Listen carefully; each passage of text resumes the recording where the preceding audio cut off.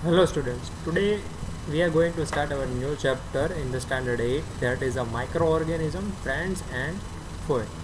Okay so basically आज हम लोग स्टैंडर्ड 8 के अंदर सेकेंड चैप्टर स्टार्ट करने वाले हैं जो कि आप लोगों का है माइक्रो ऑर्गेनिजम्स, जो है हमारे फ्रेंड है या तो फिर हमारे क्या कहते हैं एनिमीज भी हो सकते हैं। ओके तो माइक्रो ऑर्गेनिज्म जो हम लोगों को हेल्प करते हैं, तो सबसे पहले माइक्रो ऑर्गेनिजम्स के वर्ड को हम लोगों को क्या करना पड़ेगा, डिफाइन करना पड़ेगा। सो बेसिकली हम लोग इस टॉपिक में, इस चैप्टर के अंदर जो टॉपिक डिस्कस करने वाले हैं वो क्या क्या होंगे। Okay first we have to discuss what is the micro organism, what are the types of micro organism. मान लो कि माइक्रो ऑर्गेनिज्म है तो उसका बेसिक मतलब क्या होता है। तो माइक्रो ऑर्गेनिज्म यानी कि ऐसे ऑर्गेनिज्म यानी कि ऐसे जीव जिसको हम लोग अपनी खुली हुई आंखों से नहीं देख सकते, जिसको देखने के लिए हम लोगों को कोई भी माइक्रोस्कोप का इस्तेमाल करना पड़ेगा, चाहे फिर वो लाइट माइक्रोस्कोप हो या फिर इलेक्ट्रॉन माइक्रोस्कोप हो। तो वैसे माइक्रोस्कोप का इस्तेमाल करके हम जो भी ऑर्गेनिजम्स को देखना चाहे, बेसिकली उसको हम लोग क्या कहेंगे, माइक्रो ऑर्गेनिजम्स कहेंगे। ओके तो माइक्रो ऑर्गेनिजम्स होते हैं वो डिफरेंट टाइप्स के होते हैं। मतलब इतने जो छोटे छोटे जो जीव्स होते हैं वो उसको हम लोग कैटेगराइज कर सकते हैं। तो उसको हम लोग 4 कैटेगरीज में कैटेगराइज करेंगे, जो कि फर्स्ट होगी बैक्टीरिया होगी, देन फंगाई होगी, प्रोटोजोआ होगी, अल्गिया होगी। उसके बाद हम लोग देखेंगे कि वायरसेस क्या होते हैं। आजकल जो हमारा रिसेंट ट्रेंडिंग मुद्दा चल रहा है जो कि हमारा कोविड-19 है। जो बेसिकली कोविड-19 के टॉपिक में है क्या, वो भी एक वायरस है। तो वो किस किस्म का वायरस है वो भी हम लोग देखेंगे। वैसे ही बहुत सारे वायरसेस आते हैं, वायरसेस भी हम लोग देख नहीं सकते हम लोग अपनी खुली हुई आंखों से, लेकिन उसको हम लोग माइक्रो ऑर्गेनिजम्स की कैटेगरीज में डिवाइड कर नहीं सकते। ओके क्योंकि वो है माइक्रो ही, बट उसको हम लोग माइक्रो ऑर्गेनिजम्स में कंसिडर नहीं करेंगे वायरसेस को। ओके तो डिफरेंट टाइप्स का वायरसेस भी देखेंगे, कौन से वायरसेस जो है वो कौन सी टाइप की डिजीज़ कॉजिंग करते हैं हम लोगों को। उसके बाद देखेंगे कि डिजीज़ कॉजिंग बैक्टीरियाज जो है वो कौन कौन से है। उसके बाद हम लोग देखेंगे कि वायरसेस को मिटाने के लिए जो वैक्सीन्स हम लोग बनाते हैं, आजकल आप लोग बहुत सारी बातें ऐसी सुन रहे होंगे न्यूज़ मीडिया में कि what is the antibodies, what is the vaccine, we have to find the vaccine for the कोविड-19। सो इस किस्म की बातें जो है we are hearing lots and lots about it. Okay तो ये सारी बातों के बारे में हम लोग रिसर्च करेंगे कि वैक्सीन है तो वैक्सीन क्या है, वैक्सीन कैसे बनाते हैं, वैक्सीन क्यों बनानी पड़ती है। ओके एंटीबॉडीज़ क्या होते हैं, ये सारी चीज़ों के बारे में स्टडी करेंगे। उसके बाद हम लोग देखेंगे कि जो हमारे माइक्रो ऑर्गेनिजम्स है जो कि हमारे फ्रेंड्स है, यानी कि हम लोगों को कोई भी चीज़ बनाने में हेल्पफुल होते हैं। तो बेसिकली ईस्ट जो होती है वो हमारी हेल्पफुल माइक्रो ऑर्गेनिजम्स है। तो उसके बारे में स्टडी करेंगे कि वो क्यों हेल्पफुल है हम लोगों को, वो हमारी क्यों मदद करती है, कैसे मदद करती है। ये सारी चीज़ों के बारे में, जो भी माइक्रो ऑर्गेनिज्म हम लोगों को कोई भी चीज़ में हेल्प करते हैं वो हमारे फ्रेंड है, और जो भी माइक्रो ऑर्गेनिज्म हम लोगों की हेल्थ को कोई भी डैमेज पहुंचाते हैं वो हमारे फो है, यानी कि एनिमीज़ है। ओके तो ये सारी चीज़ों के बारे में स्टडी करेंगे। देन हम लोग किसके बारे में स्टडी करेंगे कि जो वायरसेस है, तो वायरसेस को हम लोग फैलाने से कैसे बचा सकते हैं, कैसे बच सकते हैं हम लोग खुद ही। तो ये भी आप लोगों को पता ही होगा कि अभी कोविड-19 की सिचुएशन में we are using the mask and the gloves for the protection of our health and the others health. Okay तो ये सारी चीज़ों के बारे में स्टडी करनी है। माइक्रो ऑर्गेनिजम्स में बहुत सारी ऐसी चीज़ें हैं जो आप लोगों को इस चैप्टर के अंदर नई नई जानने को मिलेगी। So let us begin our chapter micro organisms, friends and four. Okay in this chapter you have already, in the previous standard you have already studied there are different kinds of plants and animal. However there are other living organisms around us which we normally cannot see. Basically मैंने बोला the organism which we cannot see with the naked eye, you can write the definition in your rough book. That is the organism which we cannot see by the naked eye, it is called as the microorganism. Okay तो आप लोगों को पता ही होगा कि जब भी आप लोग रेनी सीजन के अंदर ब्रेड को देखते हो तो ब्रेड के ऊपर कोई ग्रेइश कलर की जो होती है वो सतह जो होती है वो बिगड़ी हुई होती है। तो बिगड़ जाने की वजह क्यों है, क्योंकि वो बिगड़ जाती है तो वो माइक्रो ऑर्गेनिज्म जो है उस पर अटैक कर देते हैं, इस वजह से वो ब्रेड जो होती है वो ख़राब हो जाती है। ओके तो माइक्रो ऑर्गेनिजम्स जो होते हैं वो कहाँ कहाँ पर होते हैं। Now let us begin our topic microorganisms, and there are the 4 categories which we divide the microorganism. The first category which we are dividing, that is the bacteria, second one is the fungi, third one is the protozoa, and fourth is the algae. Okay so these are the 4 category that we divided the microorganisms into. okay तो ये नीचे एक definition आप लोगों को second point के अंदर दी गई है। माइक्रो ऑर्गेनिजम्स के पॉइंट में सेकेंड जो है मैं आप लोगों को दिखा देता हूँ ताकि आप लोगों को पता चल जाए। यहाँ पर आप लोगों की बेसिक डेफिनेशन जो है वो माइक्रो ऑर्गेनिजम्स की दी गई है। Microbes are so small in the that size in that they cannot see with the unaided eye. Some of these, such as the fungus that grows on the bread, can be seen with the magnifying glasses. तो fungus जो होती है उसको हम लोग देख सकते हैं मैग्नीफाइंग ग्लास का यूज़ करके, जो ब्रेड के ऊपर जमी हुई होती है उसमें। माइक्रो ऑर्गेनिज्म है that are basically classified into the 4 major groups. That one, first one is the bacteria, second is the fungi, third is the protozoa and fourth is the algae. Okay तो ये भी हम लोग देखते हैं कि इसके अंदर और कौन कौन सी चीज़ें आती है कैटेगरीज में। तो look at your screen that is given. Okay simply bacteria जो होते हैं उसमें इस तरह के बैक्टीरिया होते हैं। ओके तो ये आप देख सकते हो आपकी स्क्रीन के ऊपर बैक्टीरिया जो होते हैं वो टाइप्स ऑफ बैक्टीरियाज आपको दिए गए हैं। फंगई जो है वो टाइप्स ऑफ फंगई आप लोगों को आपकी स्क्रीन के ऊपर दी गई है। अलगी जो है तो टाइप्स ऑफ अलगीज आप लोगों को दी गई है। प्रोटोजोआ है तो प्रोटोजोआ में हम लोग जिसकी स्टडी करेंगे वो प्रोटोजोआ आप लोगों को दी गए है। ओके तो बेसिकली आप लोगों को एक डायग्राम बनाना है। क्वेश्चन 1 ये आप लोगों का क्वेश्चन 1 है, types of micro organism. First one आप लोग लिखोगे कि what is the microorganisms, define the microorganisms. So you can define the microorganisms by the basic definition. Now you have to write types of microorganism.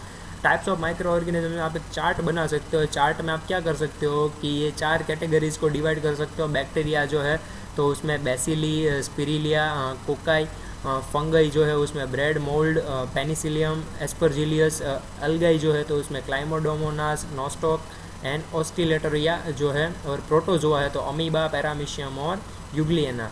तो ये सारे आप लोग categorise कर सकते हो। ये सारी चीज़ों के बारे में हम लोग डीप में नहीं देखने वाले इस चैप्टर में, क्योंकि ये सारी चीज़ें जो है वो अगर आप लोग 12th साइंस के बाद माइक्रो BSc MSc करते हो, जूलॉजिस्ट में जाते हो, लैब साइंस के डिपार्टमेंट में जाते हो, तो ये सारी चीज़ें आप लोगों को डीप रिसर्च में मिलने को देखने को मिलेगी। आप लोग उसको माइक्रोस्कोप के अंदर स्टडी कर सकते हो। ओके तो बेसिकली अगर बेसिलिया जो है, स्पिरिलिया जो है या फिर कोकाई जो है तो ये सारे बैक्टीरिया हैं। ओके वैसे ही ये सारी जो है वो फंगस है। तो अगर कहीं पर भी आप नाम सुन लो कि what is the penicillium, then basically it is the fungi. Okay second आप सुनो कि ब्रेड मोल्ड जो है तो वो भी क्या है, फंगाई है। एस्परजिलियस जो है वो भी क्या है, फंगाई है। वैसे क्लाइमोडोनोस का नाम सुनो तो वो क्या है, अलगाई है। ओके तो ये सारी चीज़ों के नाम दिए, अमीबा और पैरामीशियम और यूग्लियना, ये सारे नाम आप लोगों जाने पहचाने हुए हैं। तो वो बेसिकली किसके अंदर कैटेगराइज होते हैं, वो प्रोटोजोआ के अंदर कैटेगराइज होते हैं। ओके तो ये 4 कैटेगरीज है। तो ये आप लोगों का क्वेश्चन 1 हो जाएगा आज का होमवर्क का। Okay in the second topic we are discussing the virus. What is the virus? Viruses are also microscopic but are different from other microorganisms, like we have already taught in this lecture. Some of the viruses are shown in the figure 5.2.5. Common elements like cold, influenza, flu and most coughs are caused by the virus. तो ये सारी चीज़ें जो है हमारे health के ऊपर जो डैमेजेस करती है, मतलब हम लोगों को सर्दी हो जाती है या तो फिर कोई भी इन्फ्लुएंजा फ्लू हो जाता है, यानी कि फ्लू हो जाता है, वैसे हम लोगों को कफ भी हो जाता है कभी कभी। तो ये सारी चीज़ों की वजह जो है वो क्या होती है, वायरसेस ही होते हैं। वैसे ही सीरियस डिजीज़ जो होते हैं, पोलियो, चिकन पॉक्स, वैसे सारे जो डिजीज़ है उसकी भी वजह कौन है, वायरस ही है। ओके तो डिजीज़ लाइक डिजेंट्री और मलेरिया जो होते हैं वो प्रोटोजोआ की वजह से होते हैं। यानी कि मलेरिया जो होता है वो किसकी वजह से, मच्छर की वजह से होता है, लेकिन वो जो होते हैं उसमें कैटेगराइज करते हैं हम लोग प्रोटोजोआ के अंदर। ओके और टाइफॉइड और ट्यूबरक्यूलोसिस जो है वो बैक्टीरियल डिजीज़ है। ओके तो ये माइक्रो ऑर्गेनिजम्स के थ्रू हो रहे हैं डिजीज़ है, इस वजह से इसको अलग से कैटेगराइज किया है। जैसे डिसेंट्री और मलेरिया जो है वो प्रोटोजोआ की वजह से होते हैं, और टाइफॉइड और ट्यूबरक्यूलोसिस यानी कि टीबी जो होते हैं वो बैक्टीरिया की वजह से। जबकि वायरसेस से होने वाले डिजीज़ जो है वो पोलियो, चिकन पॉक्स, फ्लू और कॉमन लाइक कोल्ड और ये कफ, सारी ये चीज़ें जो होती है वो वायरसेस की वजह से होती है। नीचे जो सारे दिए गए वो इन्फ्लुएंजा वायरसेस के जो फिगर है वो है, और ये है वो आप लोग जो अभी सारी जगहों पर देख रहे हो, that is your corona virus. Okay ये जो है वो कोरोना वायरस है। ओके, अभी आप लोग जो सारी न्यूज़ मीडिया में सब सुन रहे हो, तो ये कोरोना वायरस इसकी फिगर है। तो कोरोना वायरस जो है, अगर उसको हम लोग माइक्रोस्कोप के अंदर जूम करेंगे तो वो इस तरह का कुछ हम लोगों को देखने को मिलेगा, जिसकी अभी तक हाल तक कोई वैक्सीन जो है वो बनी नहीं है। So how can we reduce the corona's effect? There is a 3 way that we can reduce the effects of corona. The first, we have to wait for the vaccine. Okay, 3 रास्ते हैं हमारे पास corona virus से लड़ने के लिए. First one is the to wait for the vaccine. एक तो हम क्या कर सकते हैं कि वैक्सीन जो होती है उस वैक्सीन आने तक का हम लोग वेट कर सकते हैं. सेकंड, हम लोग क्या कर सकते हैं कि कोरोना वायरस को फैलाने से क्या कर सकते हैं, जो कि अभी हम लोग कर रहे हैं, कि कोरोना वायरस को अभी फैलाना नहीं है पूरे देश के अंदर, या तो मुझे मेरे हेल्थ की भी प्रोटेक्शन करनी है और दूसरों की हेल्थ की भी प्रोटेक्शन करनी है. And what is the third point? That is basically the herd immunity. If you hear the word herd immunity, then you have to know कि हर्ड इम्यूनिटी में हम लोग क्या करते हैं कि हम लोग अपने देश की पॉपुलेशन की 60% या फिर 70% पॉपुलेशन को क्या करवाते हैं, सामने से हम लोग कोरोना वायरस करवा देते हैं. जनरली हमारी देश की जो पॉपुलेशन है 135 करोड़, उसमें से हम लोग अगर मेजोरिटी पब्लिक निकालें तो 70% पब्लिक जो है वो क्या है, यंगस्टर्स की पब्लिक है, जिसकी इम्यूनिटी सिस्टम ऑलरेडी हाई है. तो जिसकी इम्यूनिटी सिस्टम ऑलरेडी हाई है, तो उसकी वजह से क्या होगा कि उसको कोरोना वायरस की एंटीबॉडी से प्रोड्यूस होंगे उसके शरीर में. तो क्या होगा, वो कोरोना वायरस से लड़ लेगा, और उसको एक बार अगर कोरोना का इलाज हो जाए तो उसको दूसरी बार कोरोना नहीं होगा. तो क्या कर सकते हैं हम लोग, बेसिकली हर्ड इम्यूनिटी के ऊपर जा सकते हैं, कि जिसमें हम लोग अपने देश की सामने से 60% पब्लिक को कोरोना करवा देंगे.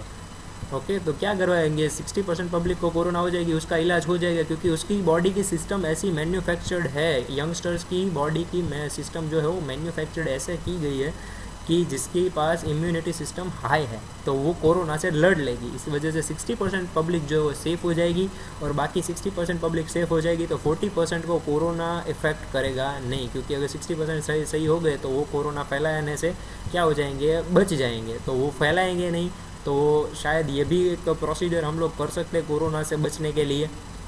ओके, 40% जो रिमेनिंग पब्लिक है उसमें जो है वो 60 ईयर से ऊपर के लोग हैं, उन लोगों को हम लोग प्रोटेक्शन देंगे, और जो 15 या फिर 10 ईयर्स के नीचे जो लोग हैं उनको हम लोग प्रोटेक्शन देंगे. तो उन लोगों को हम घर से बाहर नहीं निकलने दे सकते, क्योंकि अगर उन लोगों में ये सिस्टम फैल गई, then it will be more dangerous to us. Okay, तो बेसिकली ये 3 रास्ते थे जो कोरोना वायरस है. अभी हम लोग हाल ही में ये सारे रास्ते अपना रहे हैं. ओके, और बाकी तो वैक्सीन्स की हम लोग वेट कर ही रहे हैं, और बहुत सारी ऐसी जगह है जिससे हम लोग क्या कर सकते हैं, वैक्सीन्स प्रोड्यूस करने के लिए ट्राई कर रहे हैं.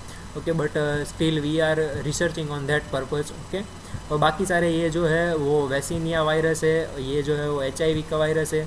ओके, ये जो है वो बैक्टीरियोग्राफ है. तो ये भी आप लोग देख ही सकते हो आपकी स्क्रीन के ऊपर. तो ये बेसिकली सारे डिफरेंट टाइप्स के वायरस है, जो मलेरिया के लिए है, या फिर इन्फ्लुएंजा के लिए है, या फिर कॉमन कोल्ड के लिए, या तो फिर एड्स के लिए है. ओके, बेसिकली ये सारी चीज़ें मैंने आप लोगों को बताई. नेक्स्ट टॉपिक में हम लोग देखेंगे कि माइक्रो ऑर्गेनिज़म्स जो है वो कहाँ पर ज़िंदा रहते हैं. तो माइक्रो ऑर्गेनिज़म जो होते हैं वो देखो एनवायरनमेंट में ranging from ice cold climate to hot springs के बीच में ज़िंदा रह सकते हैं. उसको कोई प्रॉब्लम नहीं होती हमारी तरह. जबकि हम लोगों को क्या चाहिए कि भाई हम लोगों को तो गर्मी में गर्मी लगती है, ठंडी में ठंडी लगती है, तो घर से बाहर नहीं निकलते, या तो फिर एसीज़ का इस्तेमाल करते हैं. तो ये भी सारी चीज़ें वो हम लोगों को चाहिए ही चाहिए. जबकि माइक्रो ऑर्गेनिज्म होते हैं उन लोगों को कोई भी फ़र्क पड़ता नहीं है, वो कोई भी कंडीशंस के अंदर रह सकते हैं. ओके, तो माइक्रो ऑर्गेनिजम्स जो होते हैं वो उसमें से बहुत सारे माइक्रो ऑर्गेनिजम्स होते हैं, वो किस तरह से हमको हेल्पफुल करते हैं, like microorganisms and us. So you can see on your screen that are used of microorganisms. First, microorganisms have been used for production of alcohol since ages. Alcohol का प्रोडक्शन करने के लिए हम लोग किसका इस्तेमाल करते हैं, माइक्रो ऑर्गेनिजम्स का इस्तेमाल करते हैं. Also we are cleaning up the environment by the micro organism. Environment को क्लीन करने के लिए हम लोगों को जो मदद करता है, जो हेल्प करता है, वो कौन है, माइक्रो ऑर्गेनिज्म है. वो कैसे हेल्प करता है क्लीन करने के लिए? तो मान लो कि मैं कोई भी कचरा जो है वो यहाँ पर डाल देता है, तो वो ज़मीन कचरा भी डिफरेंट टाइप्स का होता है. बायोडिग्रेडेबल कचरा होता है और नॉन बायोडिग्रेडेबल कचरा होता है.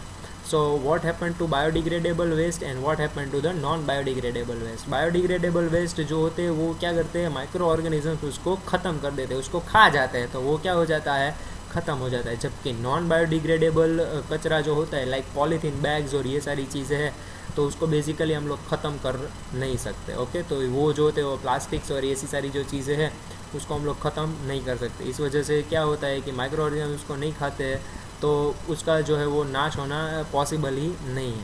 Okay, micro organism which are useful for us are called friendly micro. जो माइक्रो ऑर्गेनिज्म हम लोगों को हेल्प करते हैं उसको हम लोग क्या बोलेंगे, फ्रेंडली माइक्रो ऑर्गेनिज्म बोलते हैं। और जो हम लोगों को हेल्प नहीं करते हैं उसको हम क्या बोलेंगे, फोई माइक्रो ऑर्गेनिज्म बोलेंगे। ओके, तो जहाँ पर माइक्रो ऑर्गेनिज्म हेल्प करते हैं वैसी चीज़ें हैं कर्ड, ब्रेड और केक का प्रोडक्शन करने के लिए, अल्कोहल का प्रोडक्शन करने के लिए, क्लीन एनवायरनमेंट करने के लिए, फिर जो है वो प्रिपरेशन ऑफ सर्टेन मेडिसिन्स में यूज़ करते हैं हम लोग, एग्रीकल्चर में सॉइल की फर्टिलिटी इम्प्रूव करने के लिए करते हैं। तो ये हम लोगों ने क्रॉप प्रोडक्शन वाले चैप्टर में देखा था that we use the fertiliser and manure for increasing the soil fertility. But हम लोग को पता है कि ऑलरेडी मैन्योर जो है वो ऑर्गेनिकली प्रोड्यूस होता है। ओके, तो मैन्योर जो है वो ऑर्गेनिकली प्रोड्यूस होता है तो उसमें हेल्प कौन करता है, तो वो होते हैं माइक्रो ऑर्गेनिज्म। तो ये हम लोगों को ऑलरेडी पता है। That is your second question, write the useful uses of micro useful for us are called, why the microorganisms are called friendly microorganisms. Okay, so it is your second question, why microorganisms are called friendly microorganism. Okay, तो that is your second question. Okay, तो आप लोग इसमें क्या लिख सकते हो, ये सारी चीज़ें लिख सकते हो, ये first point, second point, third point, fourth और फिफ्थ। सिंपली आप लोग 5 पॉइंट याद रखोगे तो आप लोगों को सारी चीज़ें पता चल जाएगी। Okay, now let us go to the next topic that is basically which are the also uses of the, now we describe the more uses into how they are useful to us. First is the making curd and bread. तो हम लोगों को पता है कि curd और bread बनाने के लिए हम लोगों को लैक्टोबैसिलस बैक्टीरिया जो है वो हम लोगों को हेल्प करता है। ओके, कौन सा बैक्टीरिया जो है वो हम लोगों को कर्ड बनाने के लिए हेल्प करता है, that is a lactobacillus bacteria जो है वो हम लोगों को हेल्प करता है कर्ड बनाने के लिए। जबकि यीस्ट जो होती है वो हम लोगों को क्या बनाने के लिए हेल्प करती है, ब्रेड बनाने के लिए हेल्प करती है। और लैक्टोबैसिलस बैक्टीरिया जो है वो क्या है, माइक्रो ऑर्गेनिज्म है। यीस्ट जो है वो भी क्या है, माइक्रो ऑर्गेनिज्म है। तो ये दोनों चीज़ों ने हम लोगों को हेल्प करी क्या बनाने के लिए, कर्ड बनाने के लिए और ब्रेड बनाने के लिए। कॉमर्शियल यूज़ जो होते हैं वो क्या होते हैं माइक्रो ऑर्गेनिज्म, कि हम लोग माइक्रो ऑर्गेनिजम्स का यूज़ विनेगर बनाने के लिए कर सकते हैं, अल्कोहल बनाने के लिए कर सकते हैं, वाइन बनाने के लिए कर सकते हैं। ओके, सेम ईस्ट का जो इस्तेमाल है हम लोग व्हीट, राइस और क्रश्ड फ्रूट जूसेस के अंदर कर सकते हैं। ओके, तो ये भी आप लोग देख सकते हो डीप के अंदर कि भाई हम लोग क्या क्या किस तरह से कर्ड और ब्रेड बनाने में और कॉमर्शियल यूज़ माइक्रो ऑर्गेनिजम्स का करते हैं। Okay, their microorganisms are used for the large scale production of alcohol, wine, acetic acid. Okay, ये हम लोगों ने देख लिया। तो किस तरह से इस प्रोसेस को हम लोग क्या कहेंगे, this process is called as the fermentation. जब मैं ईस्ट का इस्तेमाल करके मैं क्या करता हूँ, अल्कोहल प्रोडक्शन करता हूँ। Okay, by using the yeast I make sure I have to produce the alcohol, then this process is known as the fermentation. Okay, we can write down here fermentation. Okay, this process is known as the fermentation. Fermentation की process के अंदर हम लोग कोई भी sugar का इस्तेमाल east के साथ करेंगे क्या प्रोडक्शन करने के लिए, अल्कोहल का प्रोडक्शन करने के लिए। तो when I conserve the yeast with some type of sugar और glucose and it makes the alcohol, then it is known as the process known as the fermentation. Okay, तो बेसिकली हम लोग इस तरह से याद रखेंगे। फर्मेंटेशन की डेफिनेशन जो है वो इम्पोर्टेंट है। आज दो डेफिनेशन हम लोगों ने सीखी है। व्हाट इज़ द फर्स्ट जो देखी तो माइक्रो ऑर्गेनिजम्स की थी। ओके, और सेकंड जो है वो हम लोग देखेंगे फर्मेंटेशन के बारे में। ओके, तो ये दोनों डेफिनेशन आप लोगों को लिखनी है। Okay, then going to the next topic that is a medicinal use of micro organism. तो मेडिसिनल यूज़ कैसे कर सकते हैं हम माइक्रो ऑर्गेनिजम्स में। तो हम लोग देख सकते हैं कि हम लोग एंटीबॉडीज़ के बारे में हम लोग आजकल बहुत सुन रहे हैं कि एंटीबॉडीज़ जो होते हैं वो क्या होते हैं, एंटीबायोटिक्स जो होते हैं वो क्या होते हैं. So we can generally denoted as the antibodies that are present to make sure the disease make sure to attack the disease causing bacteria or disease causing viruses. Okay, तो एंटीबॉडीज़ जो होते हैं वो क्या होते हैं, जनरली वायरसेस या फिर बैक्टीरिया के सामने लड़ने के लिए जो शक्ति हम लोग प्रोड्यूस करते हैं, ओके, हमारे शरीर के अंदर, basically it is denoted as the antibodies. तो जैसे हम लोगों ने बहुत सारी टैबलेट्स के बारे में सुना है, कैप्सूल्स के बारे में सुना है, इंजेक्शंस के बारे में सुना है, तो वो सारी चीज़ों को हम लोग पेनिसिलिन कहते हैं. ओके, तो ऐसी बहुत सारी चीज़ें जो है वो मेडिसिन में आती हैं. लाइक हम लोग बहुत सारी ऐसी दवाइयाँ लेते हैं, हेडेक के लिए लेते हैं या तो फिर कफ के लिए लेते हैं. तो ये सारी चीज़ें जो होती है वो क्या करती है, तो वो हमारे शरीर के अंदर एंटीबॉडीज़ जो होती है वो प्रोड्यूस करती है. ओके, इसी वजह से उसको एंटीबायोटिक कहते हैं, ताकि वो क्या कर दे, हम लोगों की शरीर के अंदर एंटीबॉडीज़ प्रोड्यूस करे, जो हम लोगों को क्या कर दे, हमारे वो जो बैक्टीरिया है तो फिर वायरसेस ने जो अटैक किया है हमारे शरीर के ऊपर, उसको क्या कर दे, वो ख़त्म कर दे. ओके, सो बेसिकली ये सारी चीज़ों की वजह से हम लोग इसका इस्तेमाल करते हैं. बहुत सारी ऐसी टैबलेट्स है. So that is my personal suggestion to you, if you use any kind of medicine, you have to use the proper medicine for any type of disease. Okay, so you can search on the Google for any medicine. क्या कर सकते हो आप लोग कि कोई भी medicine आप यूज़ कर रहे हो, तो बेसिकली आप क्या कर सकते हो कि उसके लिए आप लोग रिसर्च कर सकते हो कि मान लो कि मैं एक्शन 500 यूज़ कर रहा हूँ, तो एक्शन 500 को आप लोग गूगल के ऊपर सर्च कर सकते हो कि what is the uses of action 500. So Google give you the answer that action 500 जो है वो टैबलेट किसके लिए यूज़ करते हैं, कितनी यूज़ करनी चाहिए, how many dosage will I take in the day. Okay, so that types of discussion will be given in the Google. So ये मैं पर्सनल सजेशन दे रहा हूँ कि कोई भी दवा यूज़ करने से पहले आप एक हैबिट क्रिएट करो, जिसके वजह से आप क्या कर सकते हो, जिसकी वजह से आप लोग देख सकते हो कि उसका मेडिसिन का यूज़ कितना है और कितना करना चाहिए. तो क्या है कि आप लोगों को सारी चीज़ों के बारे में पता चलेगा. Okay, now what is the vaccine. तो वैक्सीन एक ऐसी चीज़ है जो क्या करती है, हम लोगों को हमारे शरीर के अंदर पहले ही डिजीज़ कैरिंग माइक्रोब्स को हम लोग अंदर डाल देते हैं बॉडी के अंदर. तो बॉडी हमारी क्या करेगी, पहले उससे लड़ने की ट्राई करेगी तो हार जाएगी. फिर धीरे धीरे हम लोग उसके सामने लड़ने के लिए क्या होंगे, प्रिपेयर हो जाएंगे कि भाई अभी ऐसा ही कोई डिजीज़ कॉजिंग माइक्रोब्स मेरे शरीर के अंदर आए तो मैं इसके साथ ऐसे लड़ सकता हूँ, इसके लिए मेरा शरीर पहले से ही प्रिपेयर हो जाए.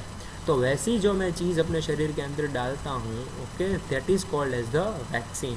तो वैक्सीन और मेडिसिन के बीच में डिफरेंस क्या है, तो मेडिसिन जो होती है वो डिजीज़ होने के बाद हम लोग डालते हैं, जबकि वैक्सीन जो होती है वो क्या करती है, हम लोग पहले ही हमारे शरीर के अंदर डाल देते हैं, ताकि फ्यूचर में कभी ऐसा कोई डिजीज़ हमारे शरीर के ऊपर अटैक करने की ट्राई करे तो हम लोग पहले से ही क्या हो जाए, be prepare for it. Okay, when a disease carrying microbes enter our body, the body produces the antibody to fight the invader. The body also remembers how to fight the microbes if it enters again, like I have told you earlier. Okay, now this is how vaccine works. Several diseases including cholera, tuberculosis, smallpox, hepatitis can be prevented by the vaccination. तो ये सारी चीज़ों की vaccine हम लोगों को already बचपन में दे दी गई है, ताकि इस तरह के वायरसेस हम लोगों पे जब भी अटैक करे तो हमारी बॉडी जो होती है उसके लिए पहले से ही प्रिपेयर होती है. इस वजह से इसकी क्या होती है, हम लोगों को कभी कोई डैमेजेस हो ना पाए.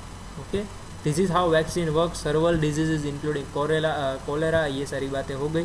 ओके, एडवर्टाइज के अंदर आप लोगों ने देखा होगा अभी ये सारा जो है वो नेशनल इशू है हमारा कोरोना. तो आप लोगों ने सारी वैक्सीन के बारे में बहुत सारी ऐसी बातें सुनी है, और पोलियो की तो पिल्स जो है वो हम लोगों ने बचपन में ले ली है, ताकि हम लोगों को बड़े होकर ये पोलियो जो है वो डैमेज ना करे.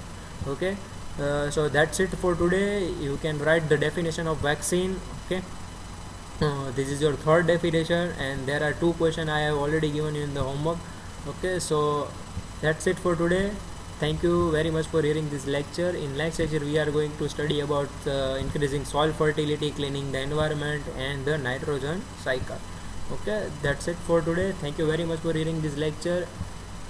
If you had any kind of doubt, you can ask me on the comment section, you can ask me on the WhatsApp, or you can ask me on the Instagram. Okay, thank you very much.